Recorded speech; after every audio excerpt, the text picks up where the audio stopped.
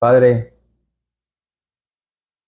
muchos han partido a tu presencia, muchos siervos tuyos, pero nuestra oración en esta hora es que tú levantes a obreros, a hombres piadosos, humildes, transparentes, temerosos de ti, Señor, que levantes a más para que puedan predicar, Señor, ese evangelio verdadero, para que personas pues sean salvas y tus iglesias sean edificadas y transformadas. Pero Señor, en esta hora estamos aquí en este lugar para escuchar tu palabra, para que tú nos hables y tú, Señor, pues nos cambies. Te pido, Señor, que me ayudes a mí a predicarla, Señor, fielmente en esta hora. Y que mis hermanos, Señor, pues ellos estén atentos a tu voz y no a mi voz. Seas tú hablando a sus vidas, Señor, y que podamos ver juntamente, Señor, cómo es que la iglesia primitiva, Señor, laboraba. Cuando tú levantaste a Pedro, Señor, y a los demás apóstoles para que predicasen el evangelio. Que este libro, Señor, pues nos dé un gran ejemplo de cómo debe de ser tu iglesia. Sana, santa, bíblica. Y cuál es el mensaje que debemos de llevar, de anunciar. Te pido, Dios, que me ayudes a predicar, Señor, sencillamente, no aparentando ser un teólogo, Señor, un hombre de muchas palabras, sino, Señor, que siempre vaya al punto para que mis hermanos, Señor, pues entiendan fácilmente. Habla a tu iglesia, oh Dios, habla a tu pueblo. Y queremos, Señor, ser edificados, capacitados, para que podamos ser portadores de tu gloria, portadores de ese evangelio, Señor, que es poder para salvación a todo aquel que cree. No solamente para los judíos, sino también para los gentiles. Señor, pido que me ayudes. Te lo ruego, te suplico, que no me dejes solo, Señor, y que lo pueda hacer con la ayuda de tu Espíritu Santo y no de mi propia carne. Porque ciertamente mi carne es traicionera, mi corazón es malo y perverso, Señor, pero tu Espíritu, oh Dios, es fiel. En Él no hay pecado, en Él no hay error, y en mí sí lo hay. Ayúdame, Padre, y ayuda a mis hermanos para que ellos puedan escuchar tu voz en esta hora. Te lo pedimos en Cristo Jesús. Amén. Es que, mis hermanos, estamos ahí en Hechos capítulo 3, versículos 14 al 26. Vamos a comenzar leyendo el versículo 14 de Hechos 3. Dice así el apóstol Pedro. Dice: mas vosotros negasteis al santo y al justo y pedisteis que se os diese un homicida. Aquí vemos, mis hermanos, la tercera vez que Pedro culpa a los judíos de la muerte de Jesucristo. Es la tercera vez. ¿Quién les dice? Mas vosotros, ustedes fueron quienes negaron al santo y al justo. Y ustedes pidieron más bien que se dejase en libertad a un homicida, que era Barrabás. Mis amados, una y otra vez, él sigue haciendo esto, haciendo ver que ellos son culpables ante los ojos de Dios, y esto nos da una gran enseñanza a nosotros también, que nosotros debemos hacer que los perdidos se vean culpables ante los ojos de Dios al momento de nosotros presentarles el evangelio. No va a ser algo que nos va a padecer o a ellos o a nosotros sino que eso es algo que va a incomodar. Cuando digamos, mira, tú has quebrantado la santa ley de Dios, por ende, has pecado contra Él. Tú eres culpable de tus homicidios, de tus adulterios, de tus robos, de todo lo que la ley dice, y por eso es que tú eres culpable ante los ojos de Dios.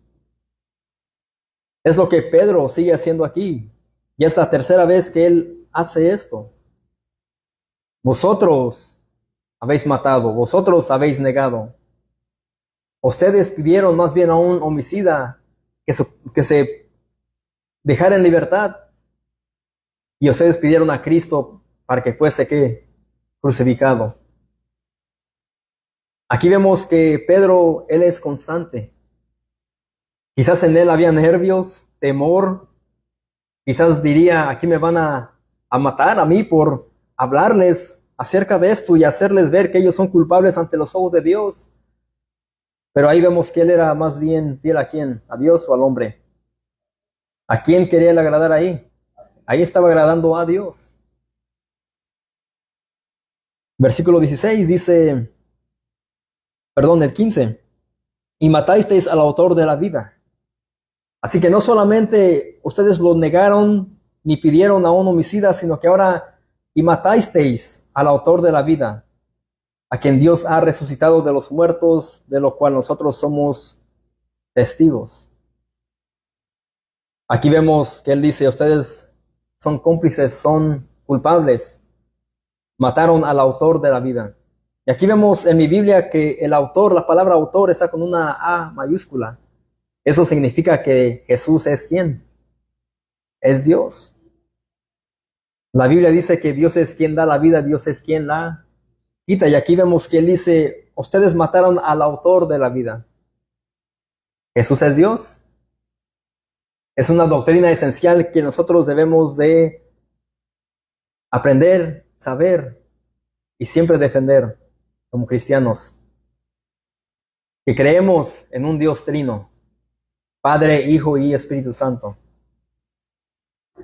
Así que él dice que ellos habían matado a Jesús, a quien Dios ha resucitado de los muertos. Y dice que ellos fueron testigos de esa resurrección.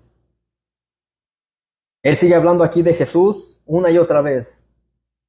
Él no está hablando de nadie más, solamente de Cristo.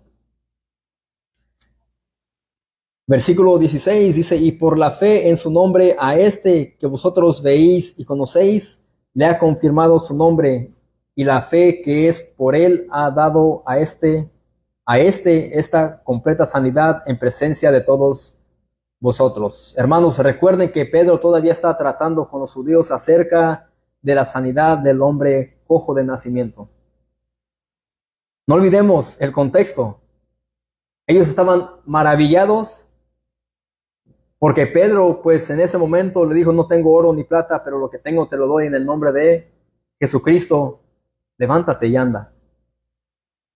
Después el hombre, pues, él saltó, alabó a Dios, quizás tomando a Pedro y a Juan de sus vestiduras o de la mano. Y por eso es que Pedro comienza a predicarles sobre Jesucristo. Él dice, no fuimos nosotros, no fui yo, no fue mi poder, sino fue Cristo mismo quien sanó a este hombre. Él fue, no nosotros.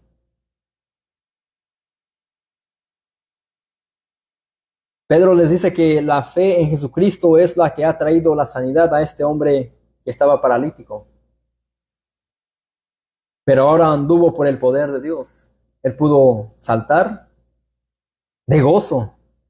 Nunca había él caminado, recuerden, cojo de nacimiento, paralítico. En esta sanidad se ha confirmado que solo en el nombre de Jesús suceden estos milagros. Y ellos habían sido testigos de ello.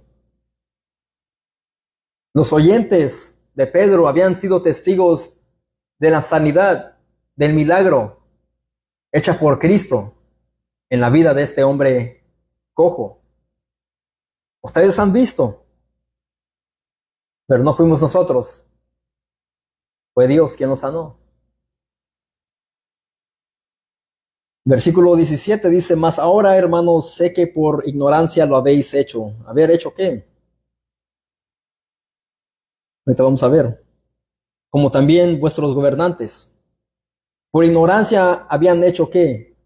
Habían entregado, habían negado, habían matado, habían pedido a un homicida y mataron al autor de la vida, a Jesucristo. Aquí es como que Pedro se calma un poquito, dice, pues sabemos que lo hicieron por ignorancia, por esa ceguera espiritual. ¿Cuál fue la oración de Jesús antes de morir? Padre, perdónalos porque no saben lo que hacen. Cristo bien sabía que ellos lo hacían por ignorancia, pero por ende eran culpables. Y Pedro también los hace ver que eran culpables por el asesinato de Jesús. Y él después le dice, sé que por la ignorancia lo habían hecho. Son ignorantes. No conocían al autor de la vida, a Jesús. Y él estaba delante de ustedes, pero ustedes pidieron que fuera crucificado. Él continúa apuntándolos como los culpables del asesinato de Jesús, como también sus gobernantes. Vamos a Mateo 27, versículo 20. ¿Por qué es que dice él estas palabras? Mas ahora, hermanos, sé que por ignorancia lo habéis hecho, como también vuestros gobernantes. Mateo 27, versículo 20.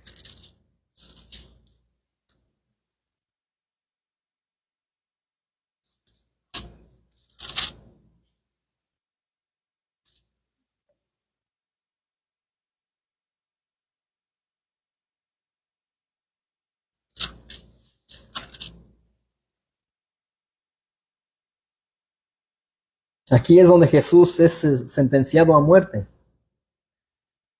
Mateo 27, versículo 20, dice, pero los principales, ¿quiénes?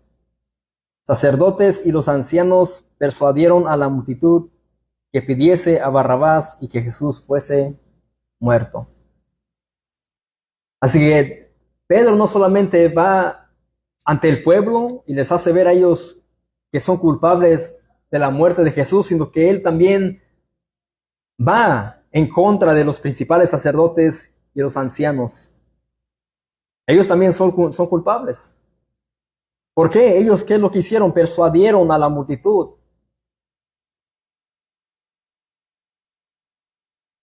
que pidiesen a Barrabás y que Jesús fuese muerto. Todo Israel era culpable. De entre los principales sacerdotes y los ancianos. Miren lo que ellos hicieron y por eso es que Pedro les echa esto en cara. Y él, aquí vemos que él prefiere agradar a Dios más que a los hombres. Él les dice más, ahora hermanos, sé que por ignorancia lo habéis hecho como también vuestros gobernantes. Pilato también. Todos ellos. Versículo 18 dice, pero Dios ha cumplido así lo que había antes anunciado por boca de todos los profetas que Cristo había de padecer. Pues ahí estamos en Hechos 3, versículo 18. Él dice que Dios a través de los profetas había enseñado que en el Antiguo Testamento las Escrituras hablaron acerca de los sufrimientos de su Cristo como un acto de ¿qué? De humillación. Ahora Él quiere que ellos vean que en el Antiguo Testamento Dios ya había anunciado acerca de los sufrimientos de Jesucristo, del siervo sufriente, como un acto de humillación. Es lo que Él está diciendo ahí, pero Dios ha cumplido así lo que había antes anunciado por boca de todos sus profetas, que Jesucristo había de padecer. Vamos a ver unos ejemplos. Vamos al Salmos 22.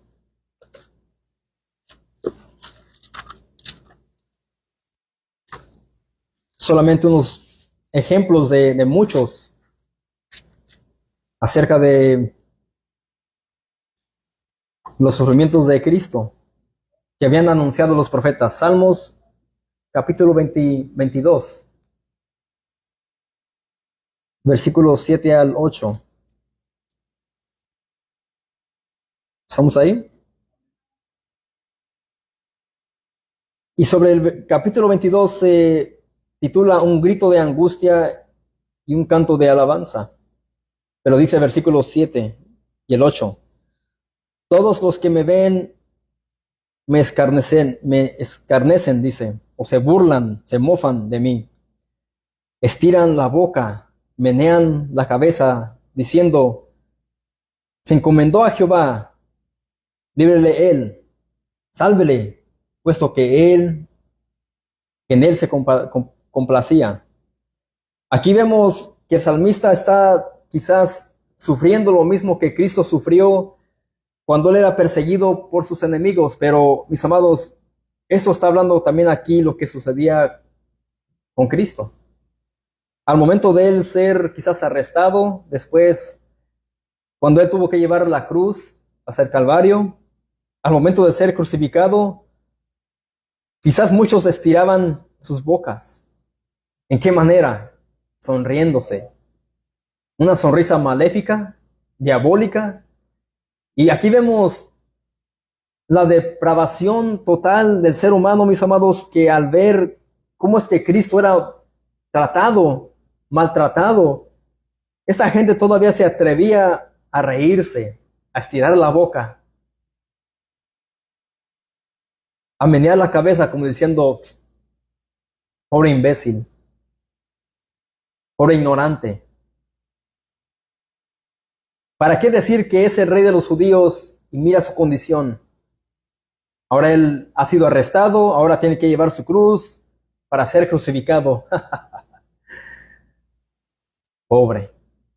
Aquí vemos, estiran la boca, menean sus cabezas. Ahora el Salmos 109. Aquí muestra la maldad del ser humano. Y eso lo vemos también hoy en día.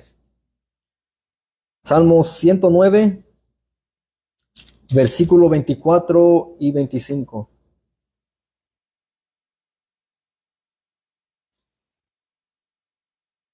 Salmos 109, versículo 24 y 25. Dice, mis rodillas están debilitadas a causa del ayuno, y mi carne desfallece por falta de gordura. Yo he sido para ellos objeto de oprobio, objeto de burla, de vergüenza, de humillación. Me miraban y burlándose meneaban su cabeza. Todo esto lo hicieron bajo la ignorancia del cual está hablando Pedro. Lo hicieron porque estaban cegados espiritualmente y no sabían lo que hacían, como Cristo dijo. Pero ante todo esto, aunque estuviesen bajo la ignorancia, eran culpables. La humanidad perdida el día de hoy, que quizás se burlan o nos llaman locos, nos vituperan a causa de Cristo, están bajo la ignorancia, pero aún son culpables de lo que ellos hacen. Al decir que estamos locos, quizás nuestros familiares se avergüenzan porque predicamos en las calles y dicen, mira, aquí anda otra vez predicando. Tonto. ¿Qué se gana con eso? Porque ellos no entienden. Pero en cuanto nos hacen eso a nosotros, se lo hacen primeramente ¿a quién? A Dios, a Jesús. ¿Recuerdan que Saulo de Tarso perseguía a los cristianos, a la iglesia? Y Jesús se le aparece y le dice, Saulo, Saulo, ¿por qué me persigues? No era que Saulo estaba persiguiendo a Jesús, porque Cristo pues ya había resucitado, había ascendido a la diestra del Padre, pero Saulo estaba persiguiendo a los cristianos, por ende es como que él estuviese persiguiendo a Cristo. Pero Saulo de Tarso era culpable. Era culpable. Él era un celoso de la ley. Pensaba que por él hacer todo esto, él le hacía un favor a Dios. Pero no. Dice la Escritura que él entraba a las casas y arrastraba a hombres y a mujeres. No le importaba. En él no había misericordia, no había compasión. Y al momento de él hacer todo esto, él estaba quebrantando la ley, no amando a su prójimo como él mismo. Pensando que le hacía un bien a Dios, y él más bien estaba quebrantando y pecando en contra de Dios. Así que es lo que dice aquí: mis rodillas están debilitadas a causa del ayuno. Me imagino que Cristo, cuando fue llevado al desierto por el Espíritu mismo, por 40 días, 40 noches, él estuvo orando y sus rodillas estuvieron debilitadas a causa de ¿qué? Del ayuno. Él también ayunó por todo ese tiempo. Yo he sido para ellos objeto de oprobio. Me miraban y burlándose me daban su cabeza. Eso ya estaba escrito, estaba ya anunciado acerca de los sufrimientos de Jesucristo. Todo esto, mis amados, era una sombra de lo que Cristo había de padecer. Eso es de lo que está hablando ahí Pedro. En Hechos 3:18, pero Dios ha cumplido así lo que había antes anunciado por boca de todos sus profetas, que su Cristo había de padecer. Ahora vamos a Marcos 15.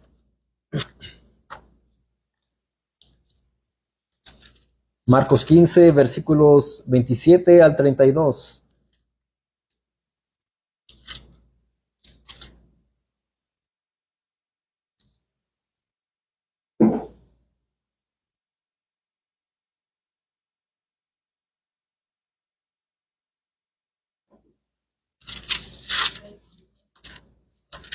Marcos 15.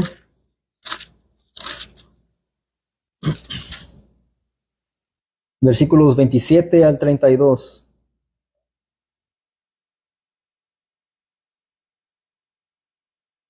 Dice: crucificaron también con él a dos ladrones, uno a su derecha y el otro a su izquierda. Y se cumplió la escritura que dice: y fue contado con los inicuos. La crucifixión de Cristo mostró públicamente que el justo sufrió el castigo en lugar de pecadores.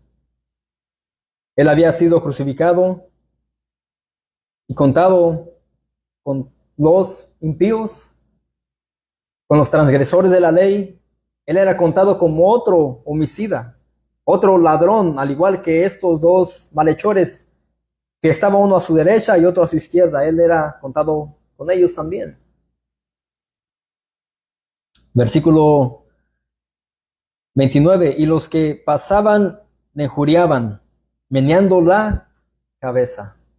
Ahí vemos que eso está hablando de lo que leímos en los Salmos.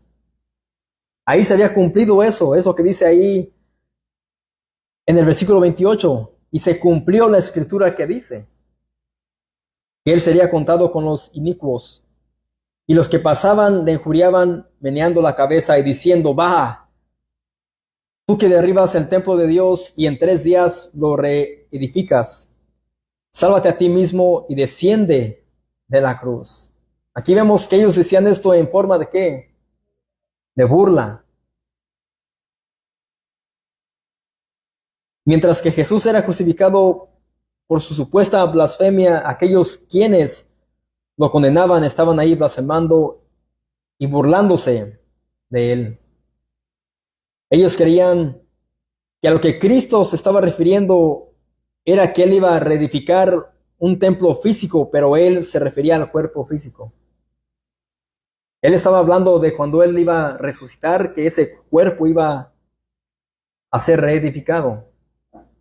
Aquellos estaban malinterpretando las escrituras y ellos eran conocedores de las escrituras y no sabían de lo que estaba hablando Cristo. Pero ellos dudaban, mis amados, que Cristo tuviera el poder y la autoridad para salvarse a él mismo. ¿Ustedes creen que Cristo se pudo haber salvado si Él hubiera querido? Sí hubiera podido, pero Él prefirió hacer la voluntad del Padre. Mateo 26, versículos 52 al 54.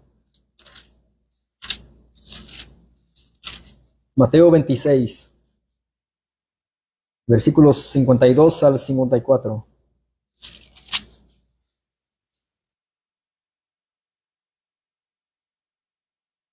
El contexto es el arresto de Jesús. Después que Jesús es arrestado, vamos a ver qué es lo que dice en esos versículos 52 al 54. Entonces Jesús le dijo: vuelve tu espada a su lugar, porque todos los que tomen espada a espada perecerán. ¿Acaso piensas que no puedo ahora orar a mi Padre y que Él no me daría más de 12 legiones de ángeles? ¿Para qué? ¿Para ser librado?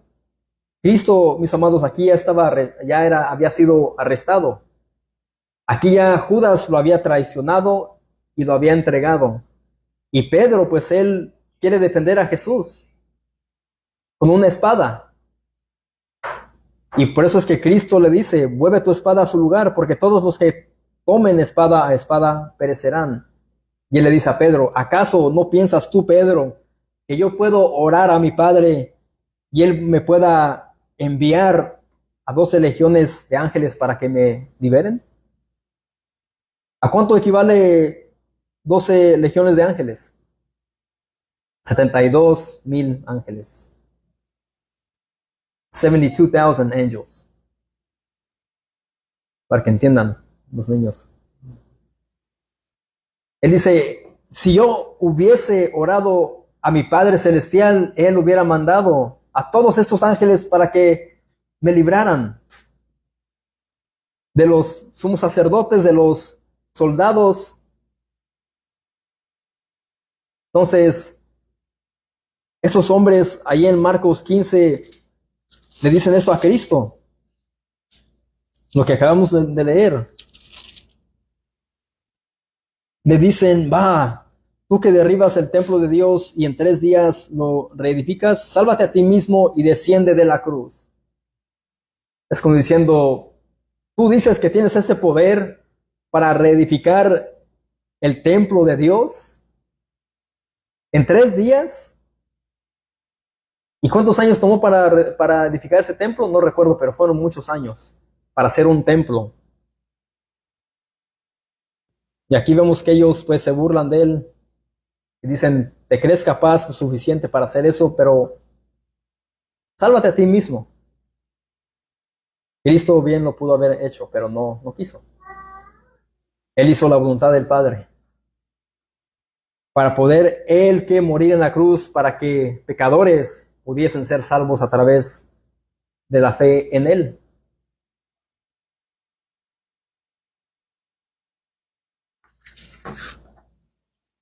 Regresamos a Hechos 3, versículo 19.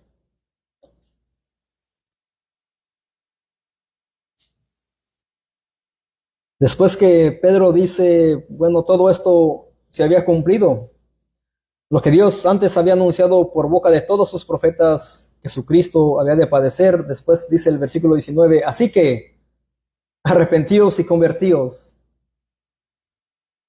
Ahí vemos Pedro una y otra vez los llama al arrepentimiento y a la conversión, para que sean borrados vuestros pecados, para que vengan de la presencia del Señor tiempos de refrigerio.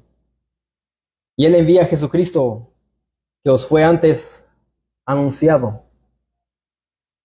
Pedro los llama una y otra vez, como dije, al arrepentimiento y a la conversión, por la causa que el pecado los hace culpables y la culpa debe ser ¿qué? Perdonada. Perdonada.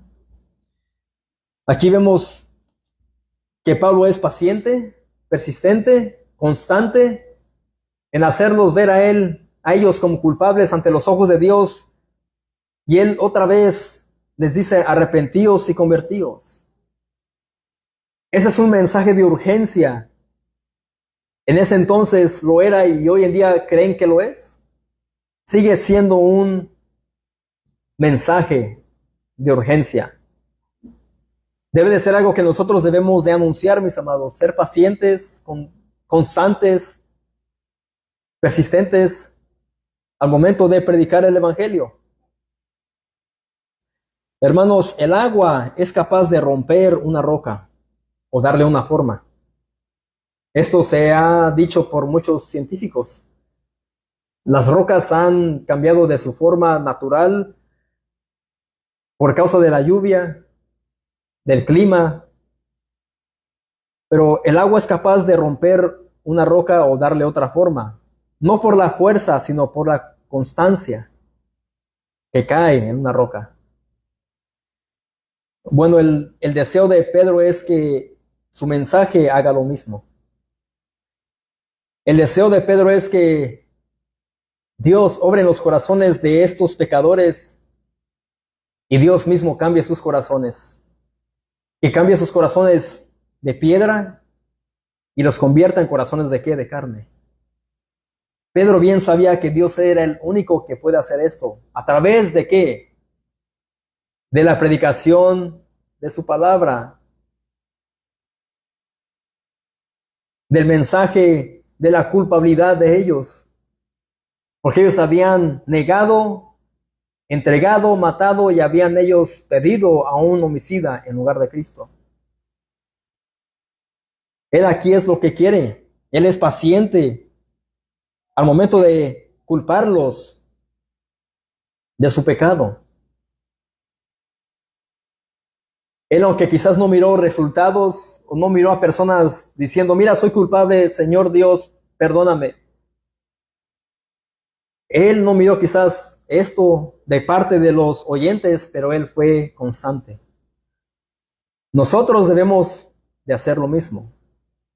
Nosotros debemos de seguir evangelizando, predicando, aunque no veamos a personas que sean convertidas, pero no sabemos cuándo Dios los va a salvar. Dice la palabra que uno planta, otro riega, pero el crecimiento lo da ¿quién?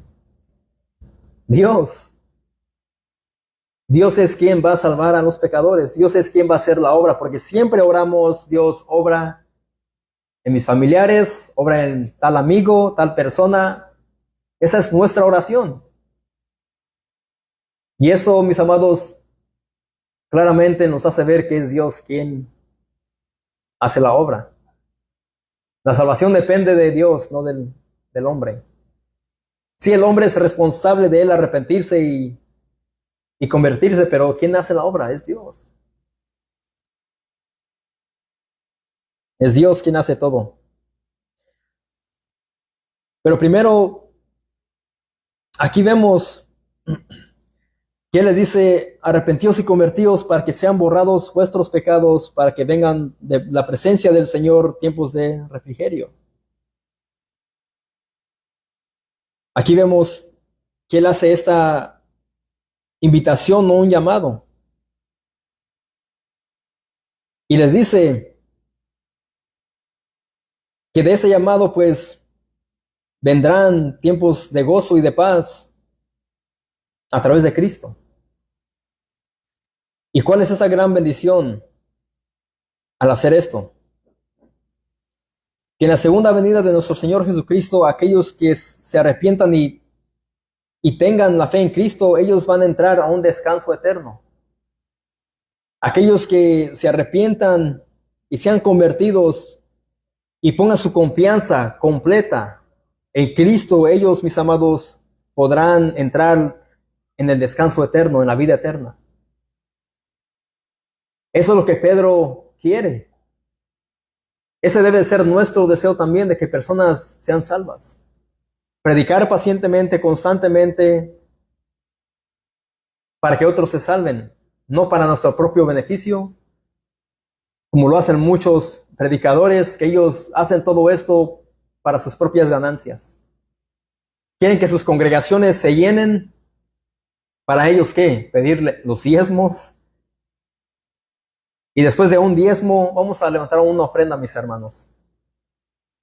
Cuando casi siempre muchas iglesias tienen dinero para ayudar a otros y se levantan o se piden forzadamente diezmos y aparte de eso ofrendas, y la iglesia no hace nada para ayudar a otros, teniendo mucho dinero en las cuentas de banco y no se atreven a ayudar al necesitado. ¿Para qué sirve tanto dinero en una cuenta de banco? Y siendo iglesia del Señor, siendo cristianos, eso para mí es tacañería, eso es pecado, eso es avaricia. Avaricia de todos esos hombres que están delante o al frente de congregaciones y solamente están para estafar a sus congregantes, a sus miembros. Tengamos cuidado con eso.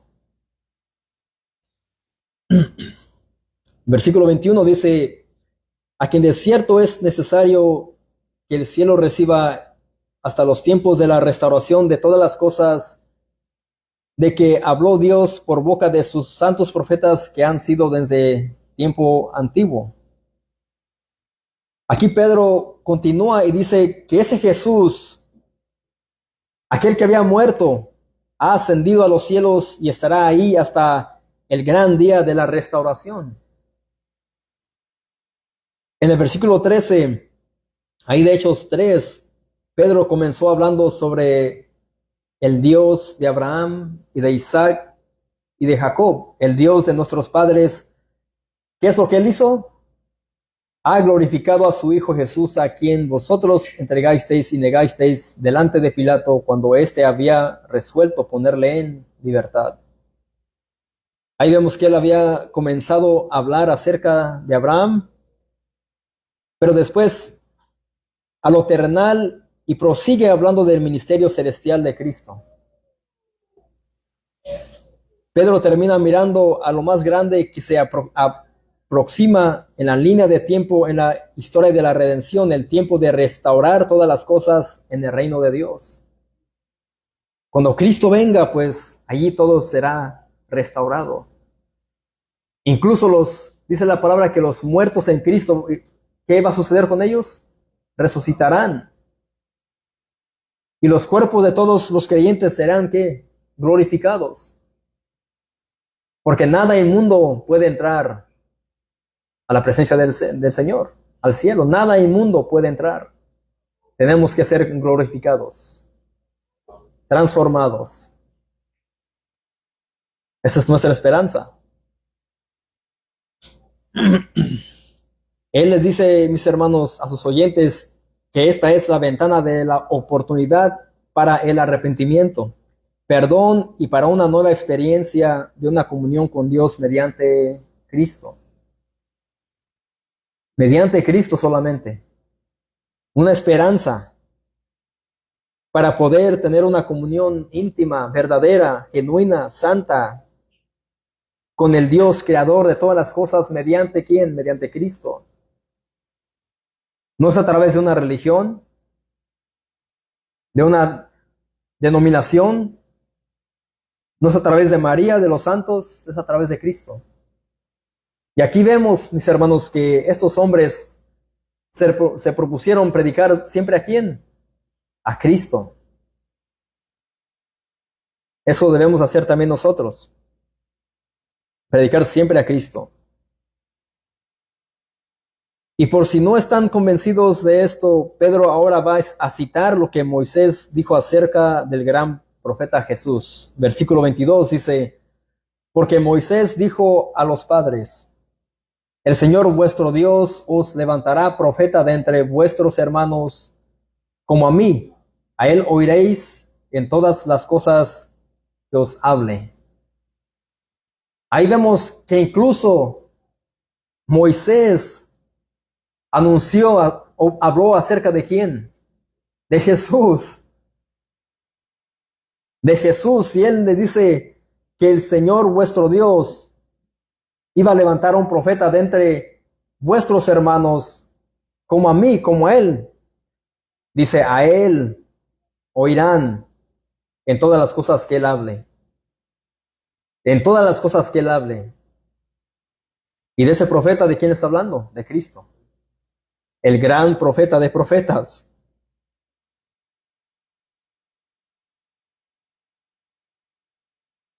Moisés ciertamente profetizó del Mesías, del cual la salvación dependería. Y a él, dice, deberíamos escuchar sus enseñanzas con fe y obediencia. Estamos estudiando el Sermón del Monte, las bienaventuranzas. Bueno, ahí se cumplió lo que él está hablando. Lo que Moisés dijo, a él oiréis en todas las cosas que os hable.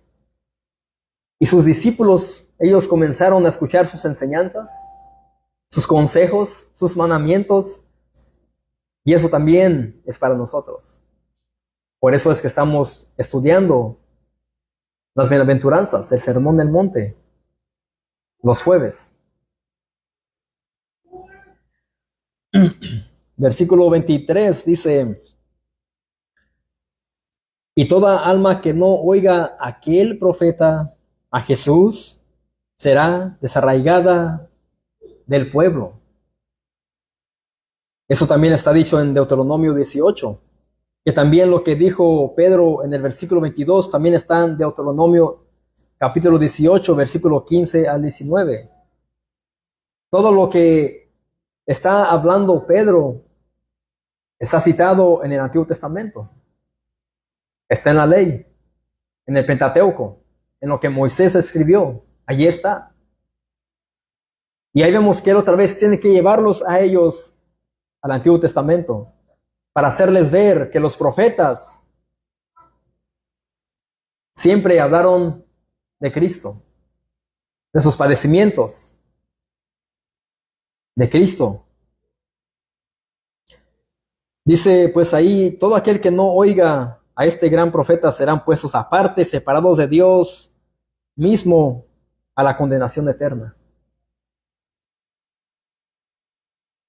Aquí no dice que escuchemos a otros profetas como los de hoy en día, que se han levantado, que se proclaman profetas. Mis amados, muchas personas prefieren escuchar palabras de hombres que se autonombran profetas y dejan las enseñanzas de Cristo a un lado.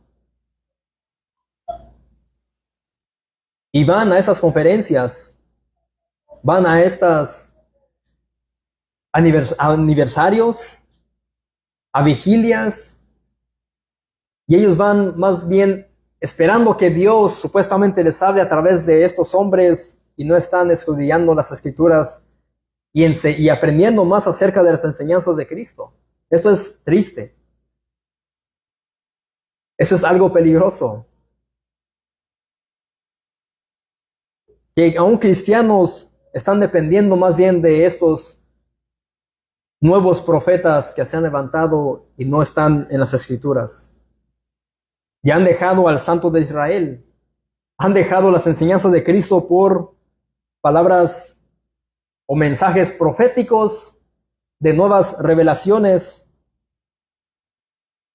Y mis amados, ¿qué es lo que dice ahí? Y toda alma que no oiga a aquel profeta será desarraigado del pueblo. Esos cristianos que hoy dependen más de estas profecías nuevas están desobedeciendo a Dios y están agradando más bien a estos hombres que se llenan de vanagloria y no están dándole la gloria a Dios. Es algo terrible. Quizás ustedes dirán, bueno, ¿por qué una y otra vez estás constante en esto? Porque, mis amados, eso está a nuestro alrededor. Mis hermanos, si ustedes fallecen, que Dios no quiera, y sus hijos quedan huérfanos, ¿quién los va a cuidar a ustedes? Quizás otros cristianos van a decir, mira, yo me los llevo conmigo. Y después, ¿en dónde pueden caer ellos? En iglesias donde hay falsos profetas, donde se mueve todo esto. Y ellos quizás van a dejar las enseñanzas de Jesús por nuevas revelaciones, profecías y todo esto. Mis amados, mi trabajo es instruirlos a ustedes, advertirles de todo esto de este gran cáncer que está a nuestro alrededor. Esperemos que no caigamos en eso. Una iglesia sana está centrada en Cristo. No está centrada en los momentos de emoción, de lloro, de grito, de danza, de hombres ungidos por Dios, apóstoles, profetas, arcángeles, patriarcas. Somos pecadores necesitados de la ayuda de Dios en todo momento, mis amados, y hemos sido salvos, rescatados por Cristo, por su obra redentora, no por ninguna obra que tú y yo pudiésemos haber hecho. Así que ahí dice, y toda alma que no oiga a aquel profeta será desarraigada del pueblo. Versículo 24, ahí de Hechos 3. Y todos los profetas desde Samuel en adelante, cuantos han hablado, también han anunciado estos días. ¿Qué fue lo que sucedió al principio del libro de los Hechos? La venida del Espíritu Santo en el día de Pentecostés, que era una fiesta que se celebraban los judíos. No era una denominación. Y mis hermanos, a mí me choca cuando conozco a hermanos y me dicen, yo soy Pentecostés de la cabeza a los pies. No, tú eres cristiano, tú has sido salvo por Cristo, por su sangre. Eso no debe de definirte a ti. Si eres bautista, reformado, pentecostés, metodista, si somos de Cristo, somos propiedad de Cristo. De Cristo.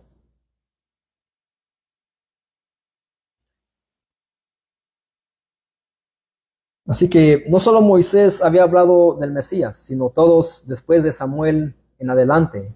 Es lo que está diciendo ahí Pedro.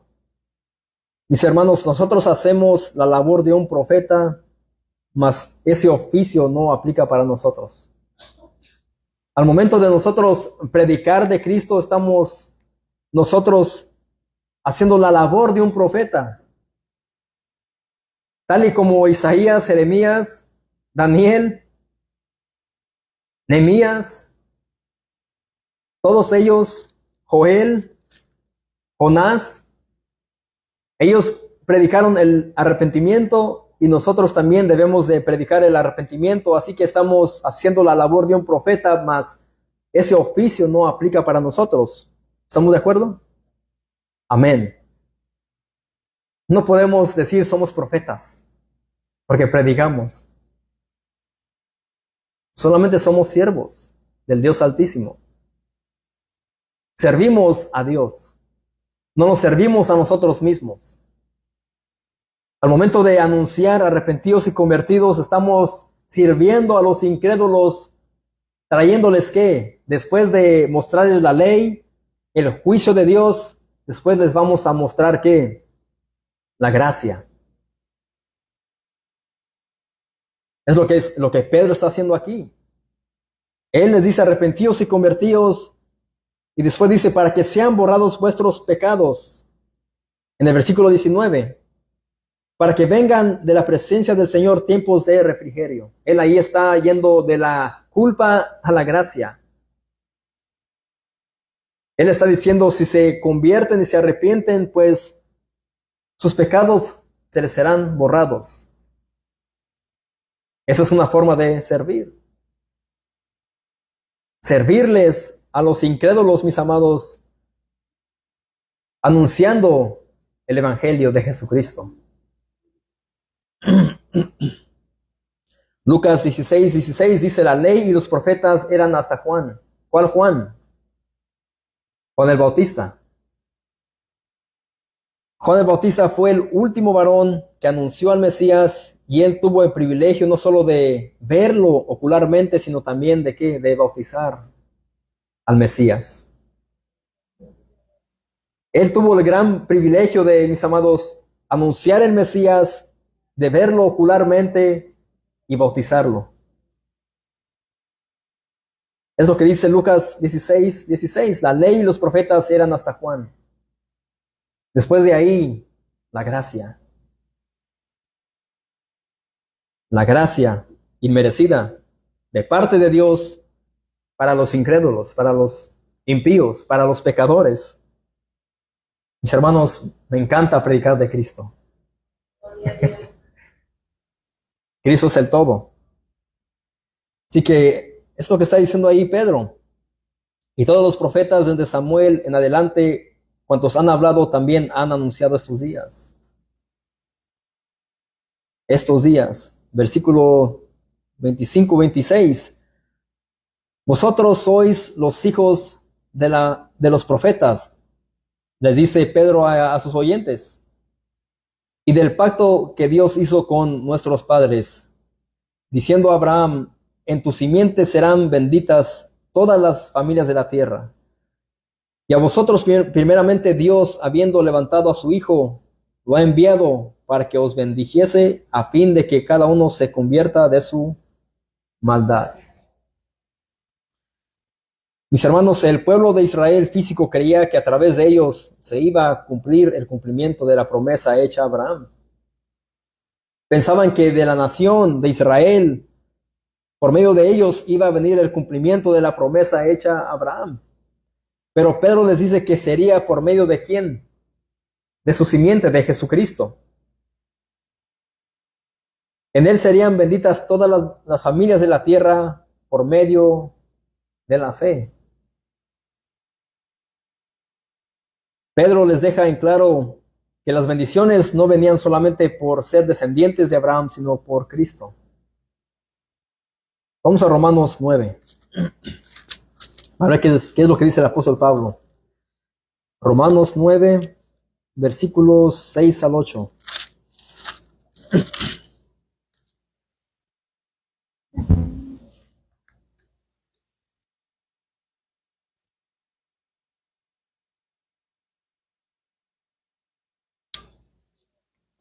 Romanos 9, versículos 6 al 8. Dice, no que la palabra de Dios haya fallado. Porque no todos los que descienden de Israel son ¿qué? Israelitas. Es lo que Pablo está diciendo ahí. No es que la palabra de Dios haya fallado, porque no todos los que descienden de Israel son israelitas. Ni por ser descendientes de Abraham son todos hijos de Dios. Yo añado eso, de Dios. Sino en Isaac te será llamada descendencia. Miren lo que Pablo está diciendo aquí, mis hermanos, que no por ser descendientes de Abraham son todos hijos de la promesa o de Dios. Porque muchos judíos, mis amados, rechazaron y aún siguen rechazando a Jesucristo. Los judíos a quienes Pedro les está hablando, ellos habían hecho ¿qué? Negaron a Cristo, lo entregaron, pidieron a un homicida que fuera libertado y pidieron que Cristo fuese crucificado. ¿Ustedes creen que esos que hicieron eso cuando después que mueran iban a obtener la vida eterna? No, ¿por qué? Porque no estaban en Cristo. Buen trabajo, Leslie. En Cristo. Es lo que Pablo está diciendo ahí, no por ser descendientes de Abraham son todos hijos, sino en Isaac te será llamada bendición. Esto es, no los que son hijos según la carne son hijos de Dios. Pablo bien sabía su teología. Pablo bien sabía el Antiguo Testamento. Y él dice, no los que son hijos según la carne son hijos de Dios, sino que los que son hijos según la promesa son contados como descendientes.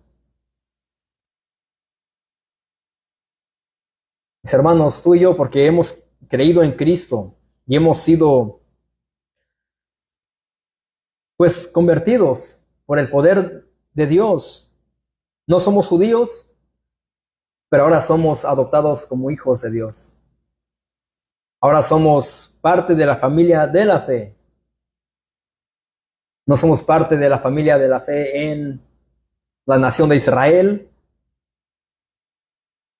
Y eso debe de llenarnos de gozo. Que antes para los gentiles no había esa esperanza. Era solamente para los judíos, pero ellos rechazaron al Mesías. Y a Dios le plació salvarnos a nosotros también. Yo creo que muchos gentiles no han entendido esto. Muchos gentiles, ellos se aferran a aprender hebreo, a vestirse como los judíos, pensando que tal y como son ellos, quizás de Guatemala, de México, de El Salvador, de Honduras, no es suficiente el ser solamente cristiano por haber creído en Cristo, mas ellos se quieren ahora poner un nombre judío, saludar como los judíos, verse más como los judíos, dejarse la barba grande como los judíos, aparentar ser judíos, cuando ellos ya han sido salvos por fe. Es como que ellos quieren, como decía Pablo a los Gálatas, quieren otra vez ir a los rudimentos de la ley. Es como que están pisoteando el evangelio. Mis amados, nosotros somos hermosos, no porque somos de México, Guatemala, Honduras, Canadá, somos preciosos porque somos de Cristo. Somos los santos del Señor, apartados, escogidos por Dios, en Cristo. Él lo hizo pecado por nosotros. Dios hizo a Jesús pecado en la cruz.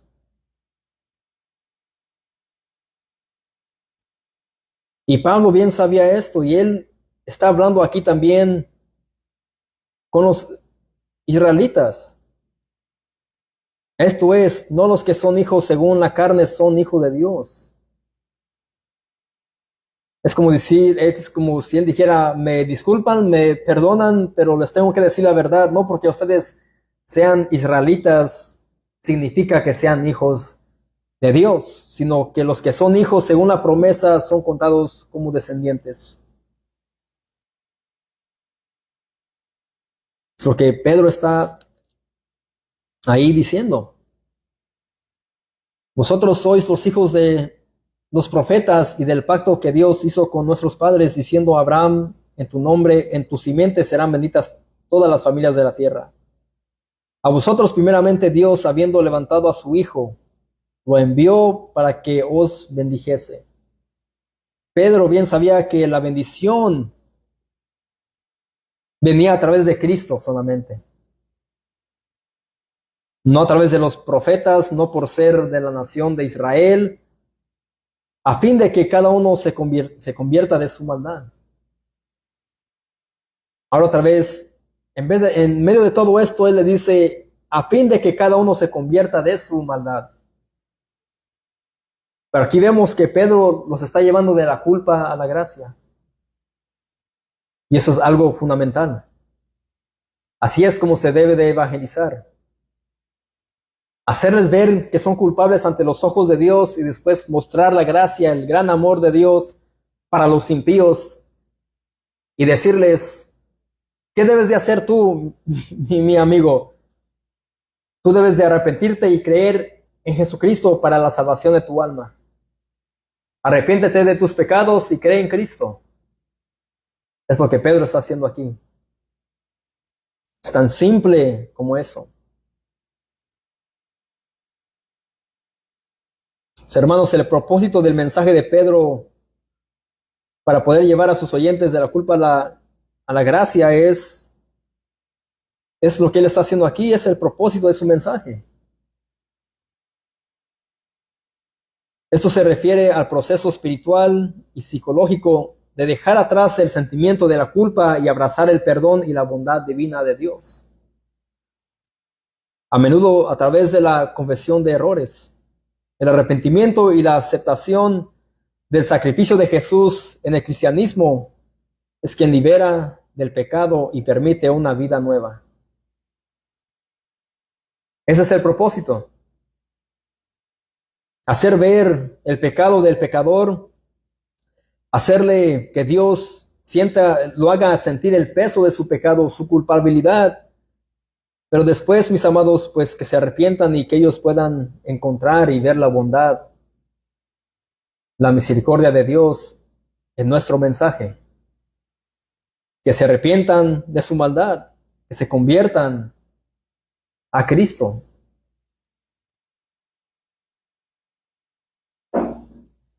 Esto es precisamente lo que la iglesia debe de predicar. Eso es lo que cada creyente debe de anunciar, para que los perdidos puedan alcanzar esa gracia inmerecida mediante la fe en Cristo. Es lo que Pedro está haciendo. ¿Y cuál es ese único y más seguro mensaje? El Evangelio de Jesucristo. Es todo lo único que se necesita. No se necesitan eventos. No se necesitan noches de milagros. No se necesitan vigilias de romper cadenas. Porque la gente eso los va a llevar a mover a qué, a buscar más las cosas o las sanidades, las emociones, y no van en busca de Cristo. ¿Qué es lo que va a salvar a un pecador, mis amados? ¿El Evangelio o un mensaje terapéutico? El mensaje, el Evangelio. No podemos decir, mira, ven a la iglesia y todos sus problemas se van a solucionar. No es eso. Cuando uno se convierte a Cristo, mis amados, muchas de las veces los problemas aumentan. Los problemas van a aumentar quizás con tus familiares, con tus compañeros de trabajo, porque si has sido transformado por el poder de Dios, tu vida será diferente. Y ya no vas a hablar, ya no vas a actuar, ya no vas a caminar, a pensar como antes lo hacías. Y las personas te dirán de cosas y se van a oponer a lo que tú les compartas acerca de Cristo. No es ven a la iglesia y todo se va a solucionar. No es ven a la iglesia y arrepiéntete y cree en Cristo. Se anima y se invita a nuestra reunión para que escuchen el Evangelio, para que escuchen el mensaje de salvación, para que conozcan al Dios único y verdadero y a Jesucristo a quien Él ha enviado. Esa es la vida eterna. Y he escuchado a cristianos que le dicen a un joven, mira, ven a la iglesia y Dios te va a ayudar. En serio. ¿Tú crees que Dios va a ayudar a un incrédulo que no es su hijo? Primeramente, si lo salva por su gracia, sí lo va a ayudar después, pero primeramente Dios no va a ayudar a alguien que está destituido de su gloria.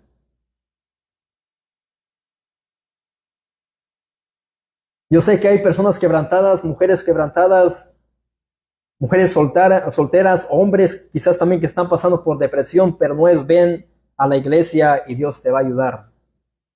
Esa es una falsa esperanza. Y hemos sido nosotros instruidos erróneamente, equivocadamente, y eso es lo que a veces hemos hecho. Y las personas cuando vienen y no ven la mano de Dios a su favor, pues se van. Decepcionados y diciendo, yo le pedí esto a Dios y no me lo hizo, no me concedió mi petición. ¿Por qué? Porque en esa persona no había una conversión, no había un corazón transformado, convertido a Cristo. Y aquí vemos que Pablo nunca habló acerca de un mensaje terapéutico, o el Dios te va a ayudar, o Dios tiene un plan maravilloso para ti. Es arrepentidos y convertidos. Y al final ahí dice, a fin de que cada uno se convierta de su maldad.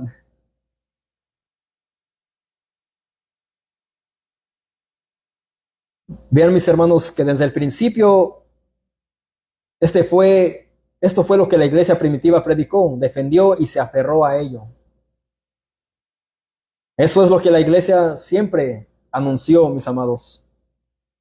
Ahora pregunta, ¿debemos de cambiar esto?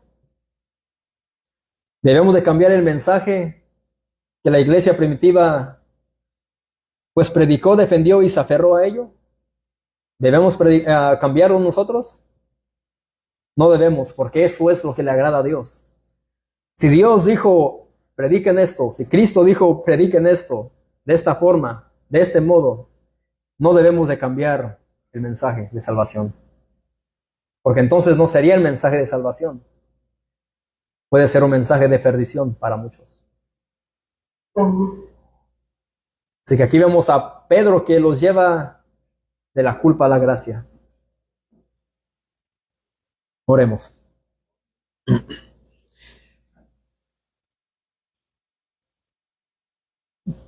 Padre, en esta hora te damos las gracias, Señor. Padre, gracias, Señor, porque pues así, al igual que como Pedro, pues está viendo la culpabilidad, Señor, de los oyentes, Él les quiere hacer ver que son culpables ante tus ojos. Él, Señor, les dice pues que se arrepientan y se conviertan, Señor, de su maldad. Pero después, Señor, Él aquí les dice para que sus pecados sean borrados, perdonados. Y de la presencia del Señor vengan tiempos de refrigerio, Señor, que son tiempos de gozo y paz. Eso ha sucedido con nosotros, Señor. Gracias te damos por ello, porque pues ahora nosotros podemos gustar, probar, saborear del gozo y la paz que tú nos has dado en Cristo. Señor, gracias, y pues te pedimos que nos ayudes, Señor, a siempre nosotros mirar lo que la iglesia primitiva hizo, qué es lo que ellos predicaron, defendieron,